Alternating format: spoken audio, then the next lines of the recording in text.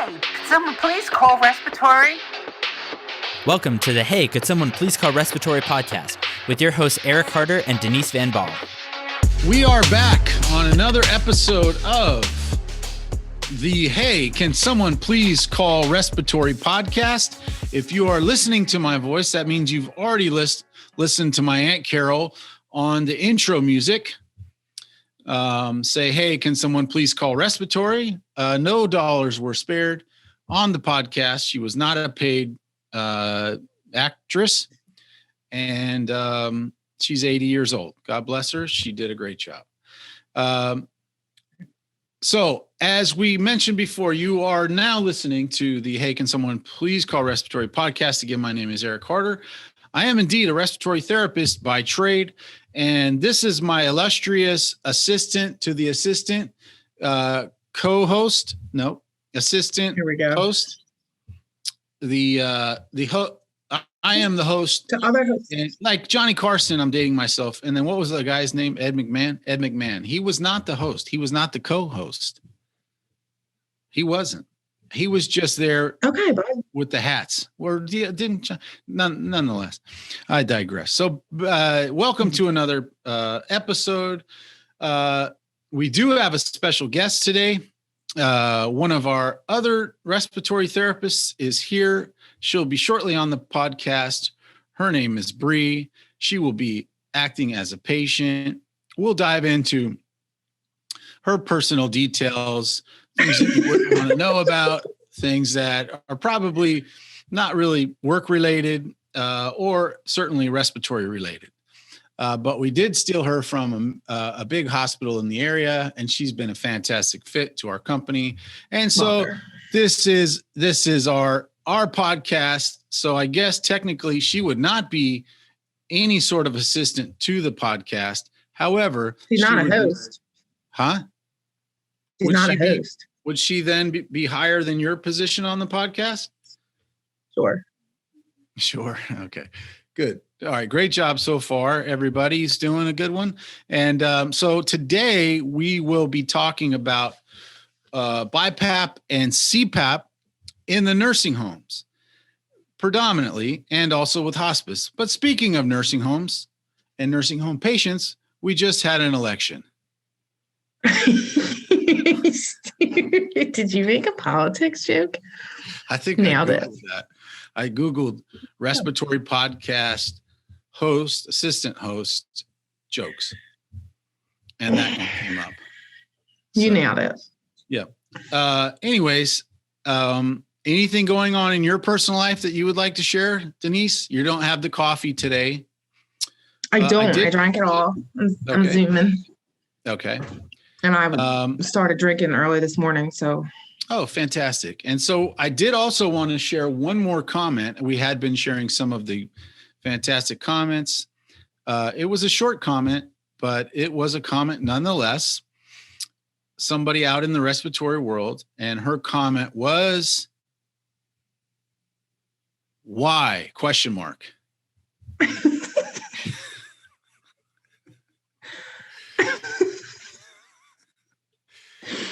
Man. What do you think? Is that a good one? Why not? Right. Okay, so moving on past the compliment section of our podcast, where we review all of our comments, I was going to hand off the microphone. No, give it over to Denise. Sure. So, Denise, can you walk us through? Let me set this up for you. I'm sure you don't need it. So BIPAP and CPAP are a major, even though it's very straightforward and simple, it can be complicated for folks in the nursing homes. Mm-hmm. Many times patients are on or off BIPAP or CPAP at home.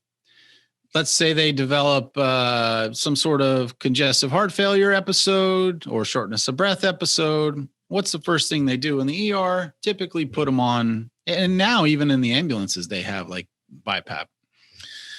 I've seen those in there. And so basically they put them on BiPAP, right? They draw blood gas, they put them on 100%.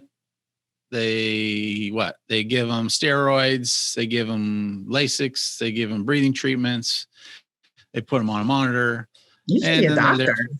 I know, that was awesome. That was That's like really good. What was that show I used to watch? ER. When I was a respiratory student years ago, I would watch ER all the time. I love that show. Yeah. Me and Clooney were like, nope. Well, we're like this, nope. Further apart. So anyways, that's basically what they do. And then they go through their stay, be it now, have they gone home or did they come from the nursing home? Their stay 3 to 5 days for a typical exacerbation or CHF, COPD. And then they go to, let's say they go to a nursing home for rehab. For what's COPD length of stay typically if you're doing the right things? 14 days. Nailed it. 14 days for rehab. And then they get put on, the nursing home gets, typically their settings when they were in distress. So a lot of times there's a rate, high settings, what have you.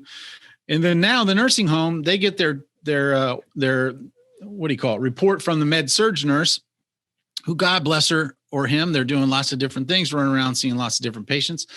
But there's a lot of whisper down the lane when it comes to reporting from the hospital med surg to the nursing home nurse. Is that right, Denise? That's right. So, yeah. So many times we end up with wrong orders or whatever it is. Nonetheless, the nursing facility is now caught, and they have to call a respiratory company or a regular DME company or whomever they get their own CPAP, BIPAP from, or do they have their own machine, mask, tubing, that type of thing, which sometimes they do, sometimes they don't. And now we have to put the patient on the BiPAP or CPAP, figure out which one's which, and here we are. And so to further complicate that, upon discharge, now if they were not on it at home, and now they're on it in the hospital, now we're stuck and we have to give them a sleep study, right? So there are companies out there that do sleep studies in nursing homes. Do you know of any companies out there that do sleep studies in nursing homes? Rapid CPAP. Oh, nailed it. Yeah. So yes, shameless plug or whatever you want to say. But the truth is, you should have a respiratory, even if you're in JPIP, you should have a respiratory company that can do an in-house sleep study and not charge you $5 million for it.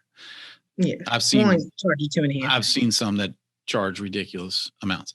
So anyways, we have to get that study before they go home so that they can now work with the home care company and get the right thing. However, going back to when they are in the nursing home, there is an issue with settings and mask fitting and that type of thing. And so setting all that up and giving you that unbelievable softball. Or have we argued recently? Because I feel like I just did you a solid right there. Have we had any arguments recently? No, we've been okay. Good. You've been minding your P's and Q's. Oh, good. That's great. Probably in your best interest. Right. At least your car's best interest. True. That's funny. I'm looking at a bottle of vodka. I finished that this morning. Oh, good. That's great. Well, that's actually why we haven't been fighting, because I've been just hammered every day. Just whatever, bud. Whatever. Okay. Well, very good. So anyways, back to the BiPAP and CPAP. Denise, what are your experiences in terms of BiPAP and CPAP in nursing facilities, and also for our hospice friends out there? They have issues with setting up patients on BiPAP, CPAP, right? Right. So BiPAP, CPAP. So I guess I'd start with the explanation of what is what. So BiPAP is bilevel positive airway pressure, BiPAP. It is not BiPAC. It is not BIPAP. It is BiPAP. So bilevel is two pressures. One pressure when you're breathing in, that's the IPAP, inspiratory positive airway pressure. And then another pressure when you're breathing out is EPAP, expiratory positive airway pressure. So BiPAP settings will be two settings, a higher number over a lower number. Typically 10/5, 12/5. So those are your BiPAP settings. So when you do get report from the hospital, that's how you know what's going to be what. BiPAP has 2 settings, and then CPAP has just 1 setting. CPAP is continuous positive airway pressure. So there is no change in the pressure. It's the same pressure when you breathe in as when you breathe out. So what do you need CPAP for? Obstructive sleep apnea. So if you are stopping breathing in the night when you're sleeping, or your pulse ox is dropping real low, they catch that a lot of the times when you're in the hospital because you're on the continuous monitor, and they'll put you on a CPAP. And that's where you run into the problem of getting to the nursing home and not having a sleep study, and then having to get discharged and not having the ability to bill the insurance because you have no sleep study. So they'll put you on a CPAP. So the main issues in the nursing homes with CPAP and BiPAP are not setting it up, are not getting the orders correct. It's compliance. It's getting the patients to wear it. Most of the time, your COPDers can't breathe very well to begin with.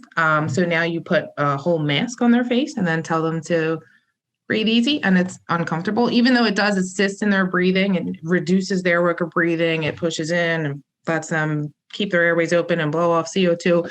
It's still an uncomfortable thing. Wearing a face mask is uncomfortable. And CPAP too. I hear so many times when you're putting them on and they go through their first night and they're like, I slept worse this night than I've ever slept in my life before I even knew I had sleep apnea. I'm not wearing it anymore. I'm out. In reality, sleep apnea doesn't seem like, you're going to die in the middle of the night, but it does shave years off of your life.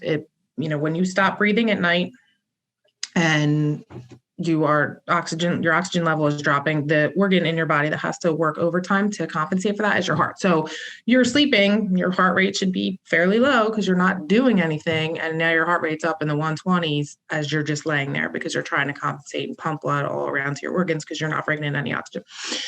So wearing your CPAP mask, being compliant with that is definitely beneficial and in your best interest. And then for your BiPAP patients, your COPD patients, your CO2 retainers, that's what that does. So when you're breathing out, the pressure's still coming in at a lower rate so you can push back against it, and it holds open your little airways so that you can blow off that CO2. So you don't have too much in your blood, and then you don't go to sleep, and then you don't wake up. It doesn't all happen that quickly, but that's where it can go. And that's usually what I tell them. Kind of scare them into it a little bit, but whatever. So compliance. So what you want to do for those patients is try to find the right mask and make sure it fits correctly. So there are, essentially 3 different types of masks. There's a full face mask, and that covers the nose and the mouth. There's a nasal mask that sits over the nose like this. And then there's nasal pillows that sit in the nostrils or right underneath the nostrils. So nasal masks are great. They're the least. What about the fireman's mask? Yeah. There also is the fireman's mask. You were talking about in the ambulance, them throwing them on the BiPAP when they get them from the house. That's what they put them on, because you're not going to find a mask. You're not searching for a mask that fits. So the fireman's mask is the entire face, and you just right on there. But you typically don't see that in the nursing home and or in the home care setting. Usually Sometimes twice a year we set somebody up on that, right? Yeah. After we've tried about 7 million masks. Right. It's usually because they have pressure sores somewhere else. It's your patients that are on continuous, like your ALS patients that need to be on non-invasive ventilation all the time. And then they end up with pressure sores here or here, even sometimes from the headgear, depending on how the breakdown is. Anyway, you don't see too many fireman's masks. So full face mask, nasal pillows. A lot of people, when they get set up on their machines, they find out about these nasal pillows and they're like, oh, this is the one because it's just like this. Still a tube and everything like that. I'll show you in a minute. But it's the least obtrusive mask that there is. The problem is if you have higher settings, if you're on a CPAP of 10, 12, 15, or you're on an auto, you start out low and it goes up high. That's a lot of pressure for just your nose, and then you're asleep. So all the air is blowing in your nose and you're supposed to be breathing back against it, keeping your mouth shut, but your automatic reaction is the air is going in your nose and then you just open your mouth. So it all comes back out of your mouth. So it never gets here where it needs to go to open up the blockage and you still have sleep apnea, even though you're wearing this all night. And then you just wake up dry as a bone and it's pointless. So unless you can keep your mouth shut while you're sleeping or That's where probably it's not your strength. definitely not. That's not a good mask because it's not going to be as effective. So if you're a mouth breather, which most people are, because once you fall asleep, everything relaxes, including your jaw. So drool everywhere. It's gross. You're probably disgusting when you sleep. Right? Trish. That's not nice. You're probably so gross. I could just imagine if you passed I out. can only imagine what you look like when you roll out of bed. Well, wait, I can know what it is because It's exactly we've what gone you over see this a million times. every other day besides podcast day. My favorite is when you come in and you're cold and you have the hoodie on. That's always My a favorite. great look. It looks good. I look like the Kermit the Frog meme. Yeah. So all you single gentlemen out there, there may be somebody who's available. No, it's not. Don't do this. Don't use the screen. I don't like that. Okay. Great job. Anyway, so All right, so we're gonna look at the masks now.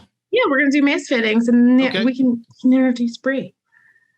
Okay, great. So As the host. is she in the green room currently? Yeah, I'll just bring her in. Can you have one of the production assistants or three of them get her ready? Can you? Do her makeup and nails Powder. and whatnot. Just bring her in. Powder. All right, so we now want to introduce Miss Bree I'm gonna get up. I'm gonna have her to the sit. podcast. Walk into the microphone. I know you're not as experienced And- as I am. Okay, girl, you know. And here She's she coming. comes. I can hear her coming. Oh, Miss Bree, have a seat. Fantastic. Welcome to Hey, can someone please call Respiratory Podcast? She is one of our fantastic respiratory therapists out there every day taking care of patients. She's literally, no joke now, right? This is a frontline medical respiratory therapist worker, right? Is that right? Absolutely. Seeing all the COVID patients and all the other All of patients. them. Yep. Saving everybody's lives.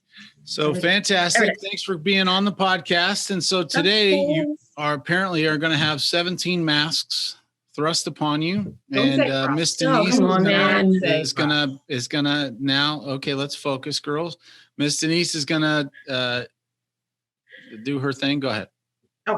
So first mask we were talking about, full face mask. So this is your traditional full face mask. It's the triangle shape. I think you're a little far from the mic. I think I'm struggling. Maybe go to the other side. Oh, careful with the microphone. Okay. Did it say something on that? the screen? Can you hear me? Did it pop up on the screen where it says, I don't see anything. No. okay, good. That's just your trash microphone. Okay. So CPAP machine. This is the Philips Respironics Dream Station. Are they sponsoring the podcast? No. No? I have yet to see the check. Okay. So into the future. So it is a CPAP, but that's fine. So we're just doing the masks. So tubing to the mask from the machine. And Miss Bree. All right. And what about So an when O2 you're- adapter? We're doing mask fitting, but if you were going to put a O2 adapter in line, you'd put it right here, right closest to the patient. Not by the PAP, by the patient, right? Not by the PAP, by the patient, closest to the Gotcha. patient. Okay. No. So when you're fitting a patient, I want to like squat. I know. When you're fitting a patient with a mask, one of the things that leads to non-compliance is the mask being too tight or sitting in the wrong spot or being too loose or what else was there? Didn't you just do an in-service today? Too loose, too tight. Just Super helpful. like No. irritated in their eye or right in their eyes. It's where a lot of people don't like when it sits right in their eyeballs. So a lot of people also think that the size of the person is how you Mhm. size the mask. So they'll be like, oh, this guy 300 pounds, he needs a double XL. It's not. It's the length from here to here. So wherever it's supposed to sit to the bottom of the chin, you will find some trouble for your patients that don't have teeth because there's not really anything to rest it on. So you want to make sure that you're not, like, you have to rest it down here on the chin bone, not at the teeth. So when you're fitting, have them take their teeth out. Can you take your teeth out? No, I can't. Put them on the table. Oh, Lord. All right. So if the patient can help me, great. If they can't, then they can't. But I always say, like, put this on your face where it's comfortable. So go ahead, Bray, grab it. And then I'll mess with your headgear. So you want it to sit. This little bun's going to be an issue. Yeah, pens, buns. Her man bun's in the way. Not a man bun. And you're close to a man bun if you don't get a haircut soon. Yeah. You need to cut. I can't do a man bun because there's no hair back on the back part of the head. You should just grow this part then and cover that. No, that's fine. Anyway. All right. So you gotta look. So you look way better in this than I did. Oh, thanks, girl. So it sits right here at the top of the bridge of the nose and then cut up. Right down here under the chin. Is that your beard? Jesus. Oh, God, girl. I can't bitch. This is so here we go. This is a ResMed mask. The latest masks all come with magnets now. They used to come with the like clips on the fanny pack, like the 3-prong one. They used to be like hooks on the side. Now they changed the game with the magnets, which is great for your elderly patients in the nursing home that have arthritis that can't grip on anything. So it's just a magnet. So it's right here. You get it close and you see it just grabs right on. Plus the ALS patients, it's fantastic, right? And they can't. They can't. So at a not advanced ALS, right? I mean, and then for your patients that are really struggling, they're claustrophobic, they want to make sure that they have a way out. This is a big deal too, because you can just write off and write out. So Gotcha. He said, you get it close, it's going to hook on there. Is it? Yeah. Right. So then you would turn the machine on. So I'm just going to push the little power button here. See it? You see it? Oh, you weren't ready there. You gotta be ready. So then once you No have the ramp. mask on the patient, No ramp. No, I blasted it right at 10, right on there. So once you have the mask on the patient, you turn the machine on, then you want to check for leaks. So under here, let's see, can you feel your beard hair blowing in the wind? Up here by your eyeballs, and then that sound. Let it go. That sound. Can you do it? Right. So that's a sign of a leak, and people will be very happy to tell you about that. Anyway, so at that point, you want her to push back on the mask so she can help you. So you don't want to just grab these and tighten them up and put her in a vice. That's the worst. So just have yourself or the patient, if they can help you, push the mask up against their face until you don't feel the leak anymore. The one at the eyes, the one at your chin, the one here. And then that way it's the perfect fit. It's not too tight. It's not too loose. It's perfect. So we have it there. The straps are Velcro.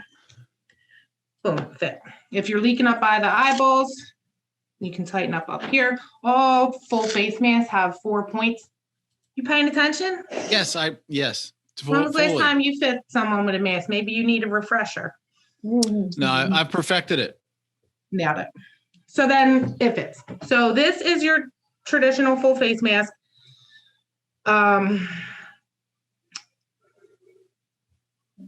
In the past, there we go. In the past, they used to have a piece that sat up on the forehead.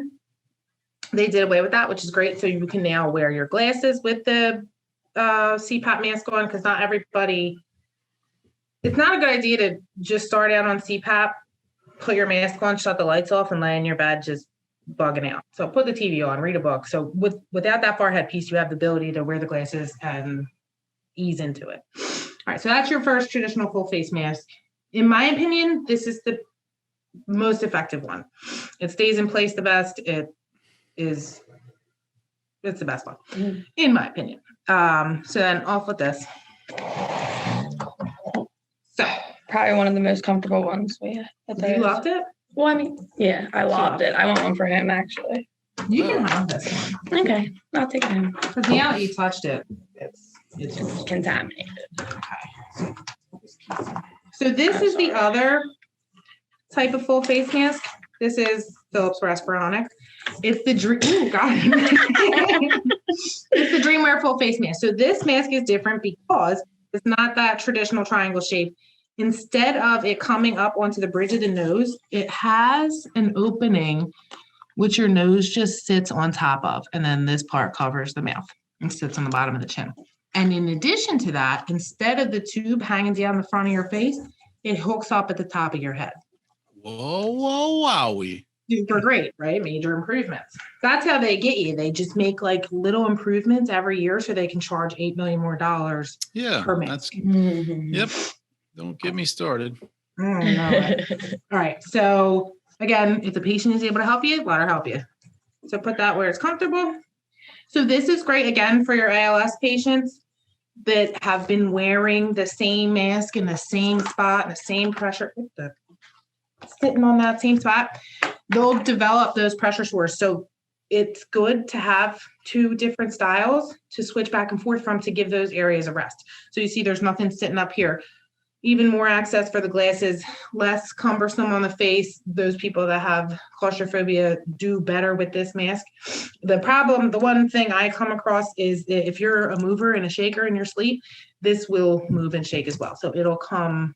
So same thing, magnets right here. Where's this one? Right, so right there. And then we'll blast you. Ready? Mhm. All right, so you can hear right away, we got leaks. So these are gonna be, the leaks that happen are right here at the nose because it's just that opening. They do have other masks that have nasal pillows down there, so it's less leakage like that. Same idea, same style. So it's probably this bitchin' nose ring. Yeah. So now we move it around, get it, you don't hear the leaks anymore. On all masks, this one and this one as well, there's exhalation ports. You can't rebreathe all your own air. You'll rebreathe all your own CO2. Too much CO2 in the blood, go to sleep, never wake up. So you have to have an exhalation port. So here, there's one at the top. If you were to wave your hand here, you would feel the air. Same here, exhalation port. So this is the newest style of mask out. That's a full face mask. It's just less cumbersome than the other ones. So if you have the problems with the claustrophobia, if you have the problems with the pressure sores from the other one, because you're wearing it all the time, this is the way to go, this style. Good? Okay. Do you have any questions? No. Bree, are you having a great time? That's what I would like to ask. That's a question. Okay. Well, Definitely. let's not get technical. I didn't hear it. All out. All out. All right. All right, now. All right. So moving, I guess, from most cumbersome to least cumbersome. We'll So go what to- have you gone over? Full face masks so far? Traditional Yeah. full face? Then that would be considered what? That last one you just did. Non-traditional full face? Yeah. So still full face, but just a like. Yeah, so full Without- face only means it covers both the nose and the mouth. No matter how Right. you do it, that's what it means. Yeah. So the last one you saw is one for if they're having lots of issues with breakdown on the nose, right? And claustrophobia. Gotcha. That's a big deal. People have that. Okay. I don't have that. Yep.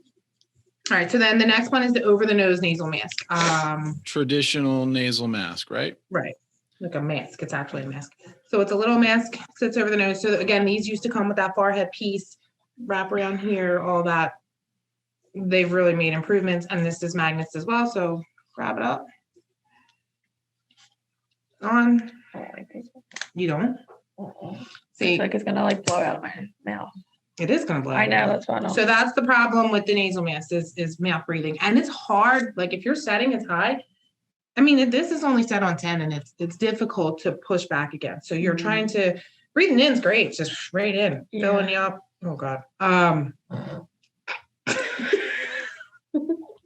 What? I missed it. Um, I'm probably happy that I missed it, but forward. Let's You move it. can Keep it talk moving. So yeah, so you can't talk. I mean, the air is going to come right out. So what you can do is if you are too claustrophobic to wear a full face mask, you don't want to do the whole thing, you can opt to wear a chin strap. But at that point, I feel like it's pick your own poison. So the chin strap, which I don't have, is just a Velcro strap that sits like almost like when you have like a toothache and you tie the dotted handkerchief, you know what I'm talking about? So it essentially holds your mouth shut. So that is the over the nose nasal mask. What do you think? You look good in these. Thanks, girl. I can barely talk. I can't. So yeah, so everything's set. So put down the microphone and open your mouth and let it come out.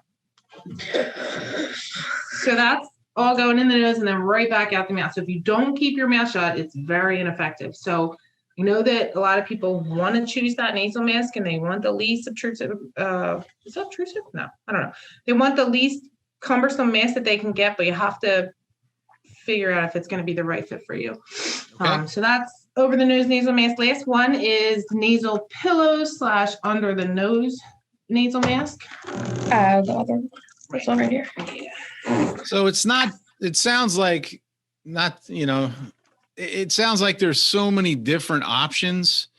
And when a patient is being not compliant or categorized as non-compliant, there are so many options. And so to have somebody like an RT be able to go in and advise or jump on a telehealth call and advise is a real value. So it's important to have the correct person doing the sizing and evaluating what the actual needs are and coming up with a solution for that. Would that be correct, Denise, on the podcast? That is correct. And Bree, what do you think, dear? Absolutely correct. And Wow, it could fantastic. be the difference of keeping the patient in the hospital or in the nursing home. Yeah, that's exactly something that silly, like just how many times have you seen the tubing? Those tubings they're cheap. I mean, This is the gunmetal one, and I really like this. I like the gunmetal one. Yeah. But they are cheap, and you find that somebody steps on it or whatever, and now you got a pin-sized hole or bigger, and you go to put that patient on at night, and the nurse is doing 5 million things and doesn't realize that there's a big hole, and then now the patient's off BIPAP all night long. How many nights of that before they go to the hospital? Right.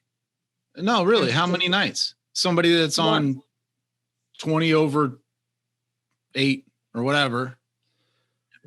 2, 3, 1 night, 3 night, whatever. Yeah, but that's a ticking time bomb. That patient is, if they're having CO2 retention issues, that patient will go back to the hospital.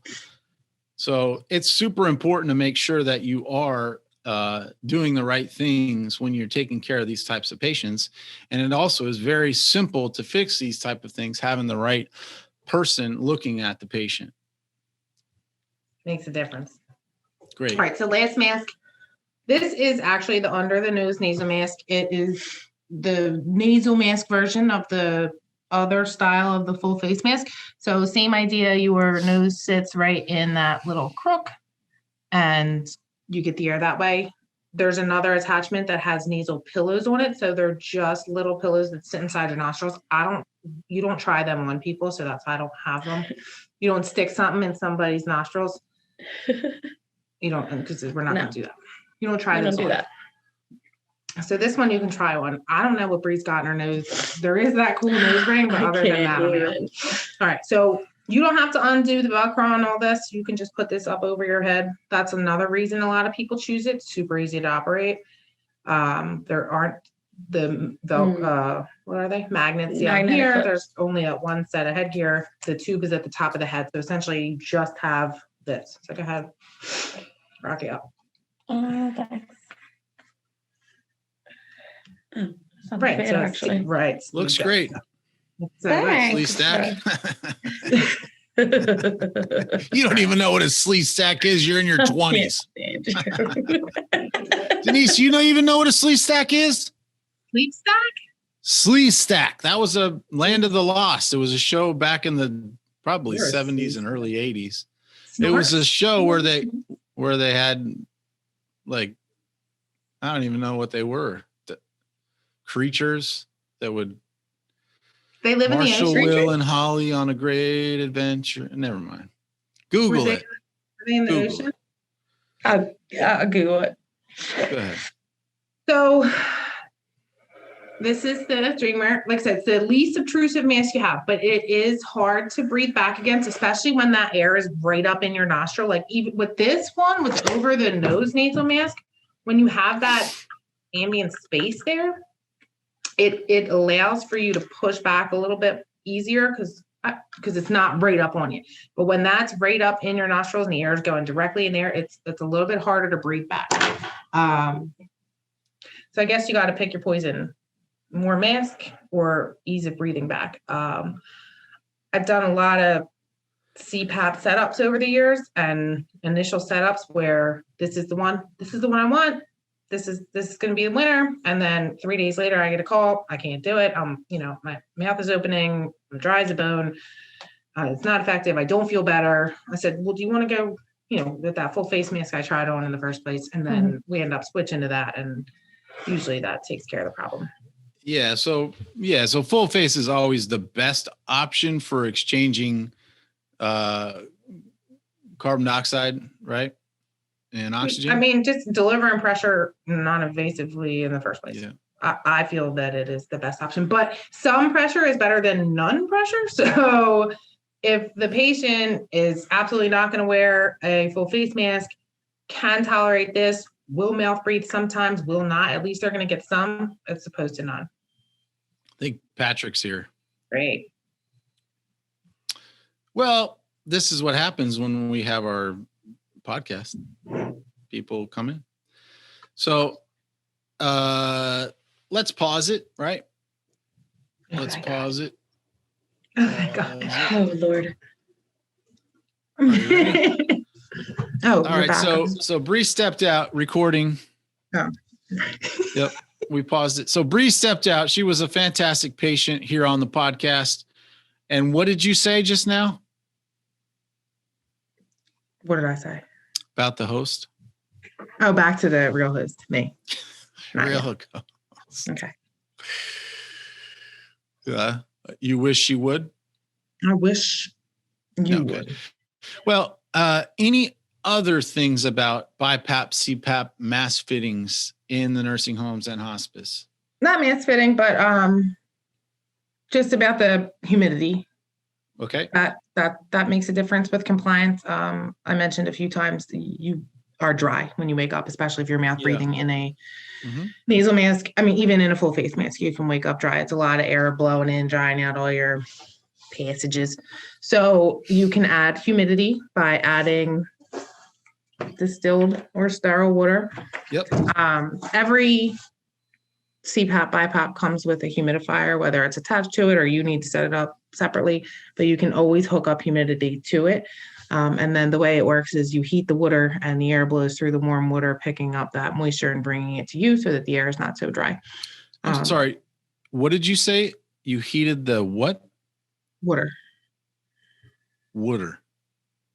Got it. Okay. Nailed it. Are you having trouble hearing? Can you hear me now? No, I just. Water. Oh. Water. Okay. Water. Okay. So yeah, so it heats the water. Is that what you want to say? Water. Sounds so dumb. Yeah. But that is helpful in increasing compliance. Because again, compliance is the main issue. Indeed it is. And so what on the next podcast, what are we going to talk about on the next podcast? You go ahead and share with the folks. What do you want to talk about? You want to talk about NIOF? No, you want to talk about telehealth? I didn't know if we decided what we were going to talk about yet. Oh. But it'll be riveting. It'll garner lots of comments. I'm out on the comments. Don't tell me no more. I don't want to know. I love them because I can't wait. As soon as I see it, then I'm so excited because I get to tell you, and then you on here, which I don't want to know on here. I would rather have a heads up. It's irritated the whole time. No liquor, nothing. They make me laugh. I think it's funny. Oh, by the way, I forgot to tell you, I was on a podcast that was the 611th most popular podcast in health and wellness. So You're what that a means is celebrity. I'm like 6 degrees from Kevin Bacon, like Yep. most You're the popular podcast. So I think we're basically top 10 podcasts of all the world Yeah. now. If we divide 611 by Yeah, Our Joe four. Rogan, Oprah Winfrey, both the candidates. it's not candidates anymore. Oh, right. Does Ian Carroll have one? Breeze podcast Bree has one. is Yeah, higher there's than one. ours. Mhm. Then ours. Then that's it. So Right. So we're number 2. we're in the top 10. Full blown celebrities.